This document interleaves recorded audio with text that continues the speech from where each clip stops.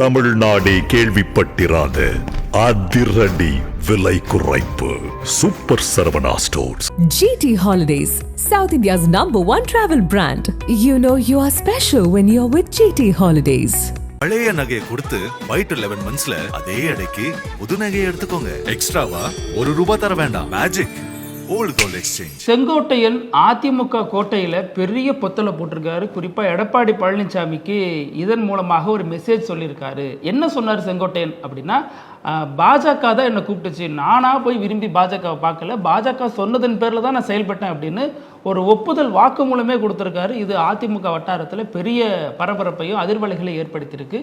பின்னணி என்ன, திடீர்னு செங்கோட்டையன் வந்து பேச வேண்டிய அவசியம் என்ன, பாஜக மீது அவருக்கு இருக்கிற கோபம் என்ன, அல்லது ஏன் பாஜகவை இப்போ சொல்றார் அப்படிங்கிறது குறித்து விரிவாக பேசிடலாம். Welcome to sensation.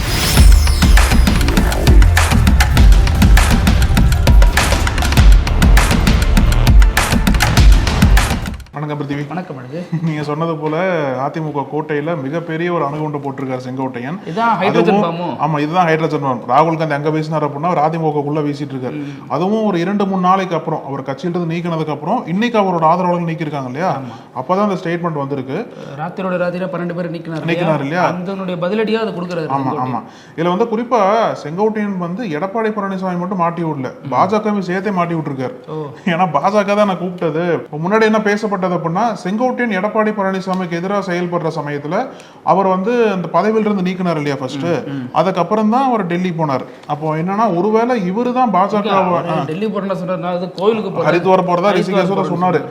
அப்போ என்ன பேசப்பட்டது அப்படின்னா, இவரு தான் பாஜகவோட தயவை நாடி போறாரு, இந்த மாதிரி எடப்பாடி நீக்கிட்டாருன்னு சொல்லிட்டு ஆதரவு கேட்டு இவரு தான் பாஜகவை நோக்கி போனாரா. அதான் நடந்தது முன்னாடி. ஓபிஎஸ்லாம் பாஜகவுக்கு ஆதரவா இருந்தார் இல்லையா, எப்படா பாஜக தலைவரை பார்க்க முடியும்னு சொல்லிட்டு ஓபிஎஸ்லாம் இங்க வந்து காத்திருந்தார். அதே மாதிரி தான் செங்கோட்டையன் தான் பாஜகவை நோக்கி போறாரு, பாஜகவோட ஒரு உதவி கேட்க போறாருன்னு சொல்லிட்டு அப்ப பேசப்பட்டது. ஆனா இன்னைக்கு என்ன சொல்றாரு அப்படின்னா, நான் போலிங்க, பாஜக தான் நான் கூப்பிட்டாங்க, பாஜக தான் கூப்பிட்டு இந்த 2 அணிகளை வந்து ஒருங்கிணைஞ்சு கொண்டு வாங்கன்ற ஒரு பொறுப்பை வந்து கொடுத்ததா சொல்றாரு. இதுல குறிப்பா எடப்பாடி பழனிசாமிக்கு அகைன்ஸ்டா கூட்டணி போட்டதுக்கு அப்புறமும் பாஜக தொடர்ந்து விடாம அவருக்கு எதிராக செயல்பட்டு இருக்காங்க. எடப்பாடி பழனிசாமி கண்டிஷன் வச்சார்ல, கூட்டணி வச்சுக்கிறது ஓகே தான், ஆனா உட்கட்சி விவகாரங்களை தலையிடக்கூடாதுன்னு சொல்லிட்டு தான் அவர் கண்டிஷன் வச்சிருந்தார். அந்த கண்டிஷனை தொடர்ந்து பாஜக அதை மீறிட்டே வராங்க, எடப்பாடி பழனிசாமிக்கு எதிராகவே தொடர்ந்து பாஜக செயல்பட்டு இருக்காங்க அப்படின்றத செங்கோட்டையனுக்கு வந்து ஓபன் போட்டு உடைச்சிருக்காருன்னு தான் சொல்லணும். அதாவது பாஜக தொடர்ந்து அதிமுகவை எப்படி கபலீகரம் பண்றதுல குறிக்கோளா இருக்காங்க அப்படிங்கிறதுக்கு நிறைய விஷயங்களை செய்தியாளர்களும் பத்திரிகையாளர்களும் இப்போ அடிக்கிட்டு வராங்க. அதுல முக்கியமான விஷயம் என்னன்னு பாத்தீங்கன்னா, நீங்க தொடக்க காலத்துல இருந்து பாருங்களேன், நல்லா அதிமுக இருந்துச்சு, ஜெயலலிதா மறையிறாங்க, அதற்கப்புறம் ஓபிஎஸ் தர்ம யுத்தம் பண்றாரு. ஏன் தர்ம யுத்தம் பண்றாரு? அதிமுக பாஜகவில் இருந்து, அதாவது பாஜக ஆதரவாளர் ஆடிட்டர் ஒருத்தர் சொன்னாரு நான் பண்றேன் அப்படின்னு அவரே ஸ்டேட்மெண்ட் கொடுத்தாரு. அதற்கப்புறம் பொதுச் செயலாளராக அதிமுக எம்எல்ஏக்களால ஒருமனதாக சசிகலா தேர்வானாங்க. அப்போதைக்கு ஆளுநராக இருந்த வித்யாசாகர் ராவ் நினைக்கிறேன், அவர் தானே, அவர் வந்து ஒரு வாரம் ஏரியாவிலே இல்லை. அவர் ஏரியாவிலே இல்லை, எங்க போனாரு அப்படின்னா அது ஒரு பிரச்சனையா இருந்துச்சு. வராரா, ஏன்னா வந்தா பதவி பிரமாணம் பண்ணி வைக்கணும், உங்களுக்கு சிஎம்மா ஆயிருப்பாங்க. அப்ப வந்து ஒரு மகாராஷ்டிராவுக்கு ஆளுநராக இருந்தார், அங்க இருந்து ஆமா அப்படிங்கிற கணக்குகள் சொல்லப்பட்டுச்சு. ஆனா அது ஒரு பக்கம். இன்னொன்னு, இதுல சசிகலாவுக்கு அப்போ சிறை தண்டனை கிடைச்சிச்சு, ஜெயிலுக்கு போயிட்டாங்க. ஏன்னா சசிகலாவுக்காக தான் அத்தனை பேரும் பம்மிட்டு பயந்துட்டு இருந்தாங்க. சிறை தண்டனை கிடைத்த உடனே தான் அவங்க எடப்பாடி பழனிசாமியை தேர்வு செய்யறாங்க. அப்போ செங்கோட்டையன் போன்றவர்கள்லாம் கையெழுத்து போட்டு தான் அதுல அவர் கொண்டு வரப்படுறாரு. சோ எடப்பாடி பழனிசாமி வந்ததுக்கு பிறகும் கூட அதுல நிறைய பிரச்சனைகள் நடந்துச்சு. இணை ஒருங்கிணைப்பாளர், துணை முதல்வர். ஏன் துணை முதல்வர் கூட ஓபிஎஸ்னா பிஜேபி சொல்லி தான் அந்த பதவி வாங்கிட்டேன், ஏன்னா ஹைராரிக்கு படி முதல்வரோட துணை முதல்வர் சின்னதுதான் இல்லையா. சோ முதல்வரா இருந்த ஓபிஎஸ் துணை முதல்வராக வரதுக்கு காரணமும் பிஜேபி தான் அப்படின்னு ஓபிஎஸ்ஏ சொல்லியிருக்காரு. அதற்கு அப்புறமும் கட்சியில தொடர்ந்து இந்த பிரச்சனை போயிட்டே இருக்கு. ஏக்நாத் சிண்டேவா அடுத்து எஸ்பி வேலுமணி வர போறாரா அப்படிங்கிற கேள்விகள் வந்துச்சு. பாஜக சொல்லி தான் ஓபிஎஸ் செயல்பட்டாரு அப்படிங்கிறது ஒரு விமர்சனமா இருந்துச்சு. இதற்கிடையில செங்கோட்டையன் வெளில வந்ததுக்கு பின்னாடியும் பாஜக தான் இருக்குங்கிற கருத்து ஆழ்ந்த கருத்தாக நிறைய பேரால சொல்லப்பட்டுட்டே வந்துச்சு. நிறைய விமர்சகர்கள் அதை முன் வச்சாங்க. அப்போ செங்கோட்டையன் என்ன சொன்னாரு அப்படின்னா, இல்லைங்கிற மாதிரி சொல்லாம அல்லது இருக்குங்கிற மாதிரியும் சொல்லாம நழுவிட்டே போனாரு. பாஜக என்ன சொன்னிச்சு, எங்களுக்கு அந்த வேலையே கிடையாதுங்க, நாங்க எந்த ஸ்டேட்லயும் இந்த மாதிரி நாங்க வேலையை பண்ண மாட்டோம் அப்படின்னு முழு பூசணிக்காக சோத்துல மறைக்கிற மாதிரி பேசினாங்க. இன்னொரு கட்சிக்குள்ள நாங்க ஏன் தலையிடணும், எங்களுக்கு அது தேவையே இல்லை அப்படின்னு பேசிட்டே வந்தாங்க. அந்த இடைப்பட்ட காலங்கள்லயே செங்கோட்டையன் அமைச்சரா இருக்கக்கூடிய நிர்மலா சீதாராமனை சந்திச்சாரு, டெல்லிக்கு போனாரு, அமித்ஷாவை சந்திச்சாரு, அப்புறம் நீங்க சொன்ன மாதிரி கோவிலுக்கு போறேன்னு சொல்லிட்டு மறுபடியும் போய் அமித்ஷாவை சந்திச்சாரு. ஆனாலும் புகைப்படங்கள் எதுவும் வெளியாகல. இன்னொரு பக்கம் செங்கோட்டையன் வந்து அதை டிக்ளேர் பண்ணாரு, ஆனாலும் மறுப்பும் சொல்லப்படல. ஸோ இப்படிப்பட்ட நேரத்துல எடப்பாடி பழனிசாமி செங்கோட்டையனுக்கு இடையிலான அந்த மோதல்ங்கிறது பெரிய மோதலா வெடிச்சிச்சு. இவர் வந்து செய்தியாளர் சந்திச்சாரு, 10 நாள் கெடு விதிச்சாரு. இதற்கு எல்லாமே காரணம் பிஜேபி தான் இப்ப சொல்றாரு. என்ன சொல்றாருன்னா, பிஜேபி வந்து கட்சியை உடைக்கணும்னு நினைக்கல, ஆனா ஒருங்கிணைன்னு நினைச்சாங்க. இல்ல உடைச்சிட்டாங்க, உடைக்கணும்னு நினைக்கல. உடஞ்ச கட்சி மறுபடியும் உடைக்க முடியுமா? ஓபிஎஸ் தலைமையில 2ஆ பிரிச்சாங்க. ஓபிஎஸ் தான் வந்து அதை தர்மயுத்தம் பண்ணி உடைச்சாரு. மீண்டும் செங்கோட்டையனை வச்சு உடைக்க தான் பிளான் பண்ணிருக்காங்க. ஆனா என்ன தெரியுது அப்படின்னா, உடைச்ச மாதிரி இருக்கணும், அந்த ஈயம் பூசின மாதிரி இருக்கணும், பூசாத மாதிரி இருக்கும் சொல்லுவாங்கல்ல. உடைச்ச மாதிரி இருக்கணும், சேர்த்து வச்ச மாதிரி இருக்கணும். ஏன்னா உடைச்ச கட்சி எவ்வளவுதான் உடைக்க முடியும் நீங்க? அது மாதிரி தான் செங்கோட்டையன் வச்சு ட்ரை பண்ணாங்கன்னு அவரே சொல்றாரு. ஒருங்கிணைக்கிறதுக்காக தான் பேசினாங்கன்னு. முதல்ல உங்க கட்சியை ஒருங்கிணைக்கிறதுக்கு அவங்க ஏங்க ஆசைப்படணும், அல்லது உங்க கட்சியை உடைக்கிறதுக்கு அவங்க ஏன் ஆசைப்படணும் அப்படிங்கிறப்ப செங்கோட்டையன் அதை புரிஞ்சிருக்கணும். அப்ப இதுல என்னன்னா, ஒரு இது பாஜக எல்லா கட்சியும் உடைக்கிறதுக்கு தான் ரொம்ப ஆசைப்படுவாங்க. அது மகாராஷ்டிரால இருந்தாகட்டும், வெஸ்ட் பெங்கால்ல இருந்து எல்லாமே பாக்குறதா, யாரையும் ஒருங்கிணைக்க மாட்டாங்க. அது வந்து தெளிவா தெரியும் நமக்கு. அதனால வந்து செங்கோட்டையன் வந்து நம்ம ஒருங்கிணைச்சுதான் இது வந்து முயற்சி பண்ணாங்கன்னு சொல்லிட்டு பாஜக ஏதோ ஒரு காரணத்தோட தான் பண்றாங்க. ஆனா செங்கோட்டையனுக்கு ஒரு தேவை இருந்துச்சு, தன்னை முன்னிலைப்படுத்திக்க ஒரு அரசியல் தேவைப்பட்டுச்சு, தனக்கான மைலேஜ் கொடுக்கும் அப்படின்னு நம்பிதான் பாஜகவோட போனார். ரெண்டாவது, செங்கோட்டையன் ஒன்றும் கட்சியில மிகப்பெரிய ஒரு கரிஸ்மேட்டிக் லீடர்லாம் சொல்லிட முடியாது. அதே நேரம் சொல்ல போனா ஆர்கனைசரா இருந்தார், நல்ல ஒரு ஆர்கனைசரா இருந்தாரு, கட்சி நிர்வாகிகளை ஒருங்கிணைக்கக்கூடிய ஒரு தலைமையா இருந்தாரு, அந்த கொங்கு பகுதியில் முக்கியமான நபரா இருந்தார். சோ அவருடைய தேவையும் அதிமுகவுக்கு தேவைதான். ஆனா இந்த விஷயத்துல செங்கோட்டையன் எடப்பாடி இடையிலான அந்த பனிப்போர் தான் மோதலா வெடிச்சு, அதுக்கு பாஜக நமக்கு பெண் கை கொடுப்பாங்க அப்படிங்கிற நம்பிக்கையில தான் செங்கோட்டையனும் போனாரு. அந்த காய்கள்லாம் நகர்த்தப்பட்டுச்சு. ஒரு கட்டத்துக்கு மேல ஓபிஎஸ் எப்படி பாஜக கழட்டி விட்டுச்சோ அதே மாதிரி செங்கோட்டையனும் கண்டுக்காம விட்டுச்சு. இப்போ வந்து எங்களுக்கு எடப்பாடி தான் தேவைங்கிற அந்த ஸ்டாண்ட் எடுத்ததுனால செங்கோட்டையனுக்கு அந்த கோபம் வந்துருச்சு. ஏன்னா இவர் அடிப்படையில ஒரு எம்ஜிஆர் காலத்து அரசியல்வாதி, 70ல இருந்து அரசியல்ல இருக்காருங்கிறப்ப அவரு கோபம் வந்துருச்சு. ஏன்ட்ட அவர் பெரிய அளவுல இடி இந்த மாதிரி வழக்குகளை என்ன ஒரு நெருக்கல, அதனால நம்ம நூல் விட்டு பார்ப்போம் அப்படின்னு சொல்லிட்டு பாஜகவை எந்த வகையிலும் சாடாம, அதே நேரத்துல பாஜக தான் இதற்கு காரணங்கிறதையும் சொல்லி அதிமுகவினுடைய தலைமையான எடப்பாடி பழனிசாமியும் கொஸ்டின் பண்றாரு. எடப்பாடி பழனிசாமியை பொறுத்த வரைக்கும் அவர் வந்து இந்த கட்சி இயக்கல, அவரது மகன் இயக்குறாரு, மைத்துனர் இயக்குனாரு, அப்புறம் உறவினர்கள் மாமா மின்னல்ங்கிற மாதிரி போட்டுட்டு போயிட்டார். இதுல பாஜக வந்து வெளிப்படையா ஒரு சில விஷயங்களை எடப்பாடி பழனிசாமிக்கு ஆதரவு இருக்கிற மாதிரி காட்டுறாங்க. இப்ப மாநில தலைவர் மாற்றத்துல கூட எடப்பாடி பழனிசாமி கண்டிஷன் வச்சாரு இல்லையா, அப்புறம் தான் மாத்தினாங்க. ஆனா பிஹைண்ட் த ஸ்கிரீன்ஸ், அதாவது மறைமுகமா என்னென்ன வேலைகள் எடப்பாடி பழனிசாமிக்கு அகைன்ஸ்டா பார்த்துட்டு இருக்காங்க அப்படின்றத செங்கோட்டையன் பெட்டிட்டு தெரியுது நமக்கு. இப்ப குறிப்பா சொல்லணும் அப்படின்னா, அந்த எடப்பாடி பழனிசாமி வச்ச கண்டிஷன்ஸ்க்கு எல்லாமே ஓகே சொல்லி தான் அமித்ஷா வந்து கூட்டணி முடிவு பண்றாரு. ஆனா அமித்ஷா தலைமையிலேயே அதிமுகக்குள்ள பிளவை ஏற்படுத்தி எடப்பாடி பழனிசாமியை என்ன மோட்டிவ் பண்ணா அவரை வந்து நமக்கு உள்ள கொண்டு வந்துடணும், கன்வின்ஸ் பண்ணி கொண்டு வந்துடணும் நம்மளுக்குள்ள. ஏன்னா அவர் ஏத்துக்க மாட்டாரு. அமித்ஷா தான் சொன்னாரு எல்லாம் ஒருங்கிணைச்ச கொண்டாதான் திமுக வீழ்த்து முடியும்னு சொல்லிட்டு இருந்தாருல. ஆனா அந்த ஒரு திட்டத்திற்கு எடப்பாடி பழனிசாமி தொடர்ந்து தடையா இருந்தார். சரி, எடப்பாடி பழனிசாமி கூட்டணி வச்சாச்சு, அதிமுக பெருவாரியா அவரோட கையில தான் இருக்கு அப்படின்றதோட நம்ம நிறுத்தி கூட்டணி போடலான்னு பார்த்தா அதுவும் பண்ணல பாஜக. ஏதோ ஒரு வகையில எடப்பாடிக்கு அகைன்ஸ்டா ஒரு சில தலைவர்களை தூண்டி விட்டே இருந்தாங்க. அப்ப சசிகலா வெளில வந்தாங்க, ஓபிஎஸ் பேச ஆரம்பிச்சாரு, தினகரன் பேசாரு. தினகரன் வந்து கூட்டணி வெளியே போயிட்டார்.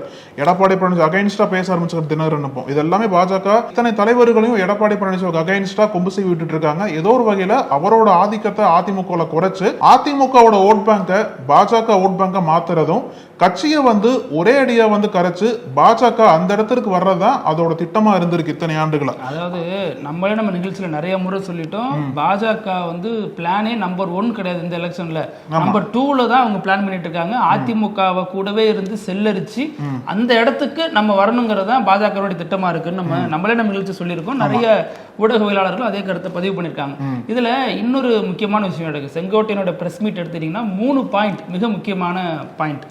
முதல் விஷயம் என்ன அப்படின்னா, அதுல சொல்றாரு, ஏன் கொடநாடு வழக்கு சம்பந்தப்பட்ட விவகாரத்துல அதிமுக இன்னும் சிபிஐ விசாரணை கேட்காம இருக்கு, எல்லாத்துலயும் 90க்கும் சிபிஐ விசாரணை கேட்கிற அதிமுக இதுல ஏன் கேட்காம இருக்கு, சிபிஐ இப்ப சுற்றி இந்த அரசியல் நடக்குது நம்ம புரிஞ்சுக்கலாம். டிடிவி தினகரனும் ஃபைல்ஸ் கிழிச்சு போட்டுங்கிறாரு. அப்போ கொடநாடு வழக்குல இவர் மீது நடவடிக்கை எடுக்கணுங்கிற ஒரு நெருக்கடியை திமுக அரசுக்கு தொடர்ந்து செங்கோட்டையன், டிடிவி, ஓபிஎஸ் போன்றவர்கள்லாம் கொடுக்குறாங்க. இது ஒரு புள்ளி. இன்னொரு புள்ளி என்ன அப்படின்னா, 2009 இவரே அம்மாவால நீக்கப்பட்டவர் தான் கட்சியை விட்டு, நாங்க முன்மொழிஞ்சுதான் இவர் வந்து மீண்டும் முதல்வர் ஆனாரு. ஏன்னா இது எதுக்கு கவுண்டர் அட்டாக் கொடுக்கிறாரு அப்படின்னா, செங்கோட்டையனை நான் கையெழுத்து போட்டு தான் அமைச்சராக்கணும்னு எடப்பாடி சொன்னார் இல்லையா, அதற்கான கவுண்டர் அட்டாக் அவர் வைக்கிறாரு. நான் தான் ஆக்கணும், 2009 அம்மா அவங்களை நீக்கி வச்சிருந்தாங்க அப்படின்னு சொல்றாரு. மூணாவது விஷயம் அவர் பேட்டியில என்ன முக்கியமான விஷயம் அப்படின்னா, 6 முன்னாள் அமைச்சர்கள் போய் நாங்க எடப்பாடி சந்திச்சோம் அப்படின்னு சொல்றாரு இல்லையா. அதுல இன்னைக்கு புதிய தகவல் என்ன சொல்லியிருக்காருன்னா, பாஜகவோட கூட்டணி வைக்கணும் அப்படிங்கறது நாங்க மென்ஷன் பண்ணோம். அப்ப கூட்டணி இல்லாத காலகட்டம், கூட்டணி வைக்கணும்னு சொன்னோம். அதே மாதிரி பிரிந்து இருந்தவர்களையும் ஒன்றிணைக்கணும் அப்படிங்கறது எங்க கோரிக்கையா இருந்துச்சு. இதுல பாஜகவினுடைய பெயர் சொல்ல விரும்பாத ஒரு நபர் சொன்னதன் பேர்ல தான் பாஜக கூட்டணி பத்தி பேசணுங்கிறதையும் சொல்றாரு. இது பெரிய அதிர்வலைகளை கூட்டணிக்குள்ள ஏற்படுத்தியிருக்கு. ஏற்கனவே பாஜக அதிமுக களத்துல ஜெல்லாகல, இன்னும் ஒட்டலப்பா அப்படிங்கிற பிரச்சனை பேசப்பட்டிருந்த அதே நேரத்துல இந்த விஷயம் இப்ப பூதாகரமா வெடிச்சிருக்கு. எடப்பாடி பழனிசாமி நிலைமையை நீங்க பார்க்கணும். ஒரு பக்கம் விஜய் வந்துருவாரு இன்னைக்கு காலைல கூட ஆர்வி உதயகுமார் என்ன சொல்றாரு, விஜய் கூட வந்துருவாருங்கிறாரு.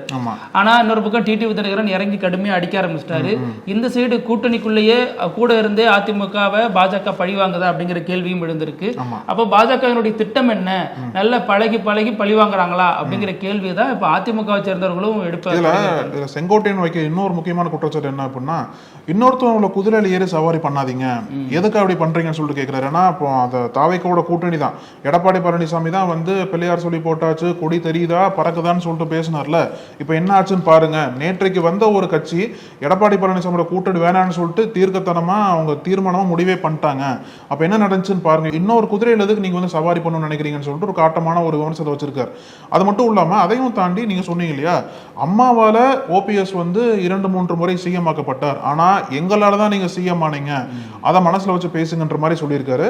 இப்ப எதுக்கு இப்படி செங்கோட்டையன் இந்த அளவுக்கு பஸ்ட் ஆகி பேசுறாருன்னு பார்க்கும்போது ஒரு சில காரணங்கள் சொல்றாங்க.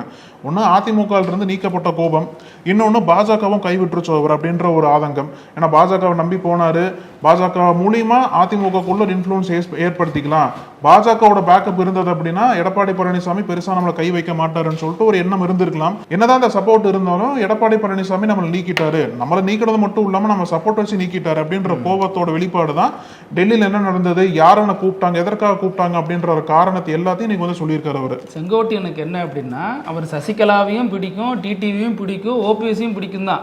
ஆனா இத்தனை ஆண்டு காலம் எதற்கு எடப்பாடி பின்னாடி இருந்தாருன்னா, அதிமுகங்கிற ஒரு மெயினான ஒரு கார்டு அவர் கையில வேணும்.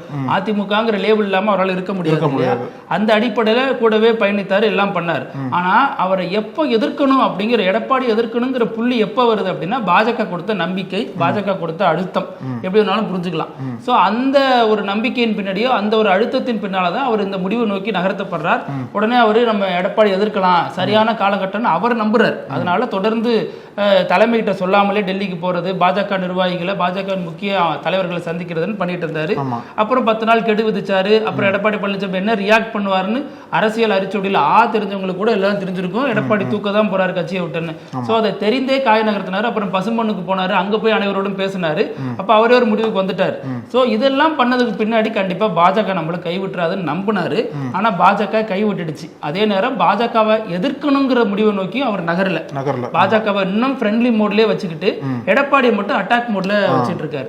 இப்போ எல்லாருமே எடப்பாடி பழனிசாமி அகைன்ஸ்டா திரும்புற சமயத்துல அவருக்கு ஒரு பெரிய சோதனை தான். இப்போ வெளிப்படையா செங்கோட்டையன் சொல்றாருல, எல்லாத்தையும் ஒருங்கிணைஞ்சு கொண்டு வரணும். இந்த ஒருங்கிணைப்பு அப்படின்ற வார்த்தையை எடப்பாடிக்கு பிடிக்காது நிச்சயம். ஏன்னா அவரோட பதவிக்கு ஒரு பெரிய சோதனையா வரும். அவரே சொல்லிட்டாரு, ஏன் வெளில போனவங்களா மறுபடியும் உள்ள வந்தாங்கன்னா ஏற்கனவே துரோகம் பண்ணனால தோத்துட்டு இருக்கோம். ஆமா, அதனால அவரோட பதவிக்கு அது ஒரு பெரிய சிக்கலாகும். அதனால அதுல தெளிவா இருக்கார். ஆனா நம்மளுக்கு தெரியாமையே, இன்ஃபேக்ட் எடப்பாடி பழனிசாமிக்கு தெரியும் நல்லாவே, ஏன்னா பாஜக வேலை பார்த்துட்டு இருக்கான்னு தெரியும். இருந்தாலும் இந்த அளவுக்கு வேற வழி இல்ல, ஆம் டெஸ்ட் பண்ணி தான் கூட்டணி வச்சுக்கிட்டாங்கிற விமர்சனமும் இருக்கு. செங்கோட்டையனே சொல்றாருல, பாஜகவுக்கு அதிமுக தேவை, அதிமுகவுக்கு பாஜக தேவை, அந்த மாதிரி ஈக்குவேஷன் எல்லாம் போயிட்டு இருக்காங்க. எடப்பாடி பழனிசாமிக்கு தெரியும் நல்லாவே இந்த மாதிரி இயக்குறாங்க அப்படின்ட்டு.